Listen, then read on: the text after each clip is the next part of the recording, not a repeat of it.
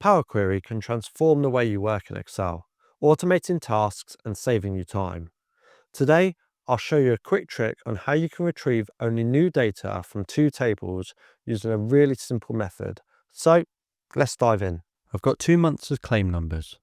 February contains all of the claims which are in January's list and any new ones which occurred in February. But how do we get a list with just the new claims?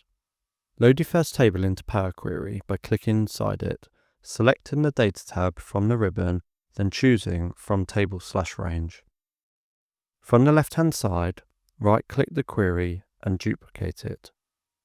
Click the Source step from the Applied Steps section and change the name of the table you want it to upload. Make sure you then change the name of the query. Next, we need to create a blank query. Come over to the New Source section, select Other Sources, then choose Blank Query. Again, rename it so you remember what it does. Then, within the formula bar, type equals table.remove matching rows and open a set of parentheses.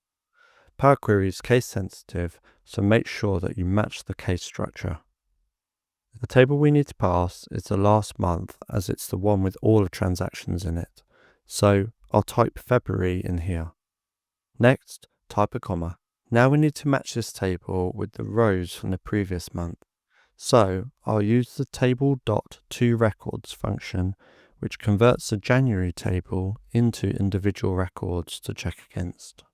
Close out both functions. This now provides us with a list of just the items which appear in the current month only. To load into Excel, go to Close and Load To and choose Only Create a Connection. To get our new table into the worksheet, right-click on the New Claims query and select Load To. Choose Table, Existing Worksheet, then the location you want it to go and press OK. There you go, job done.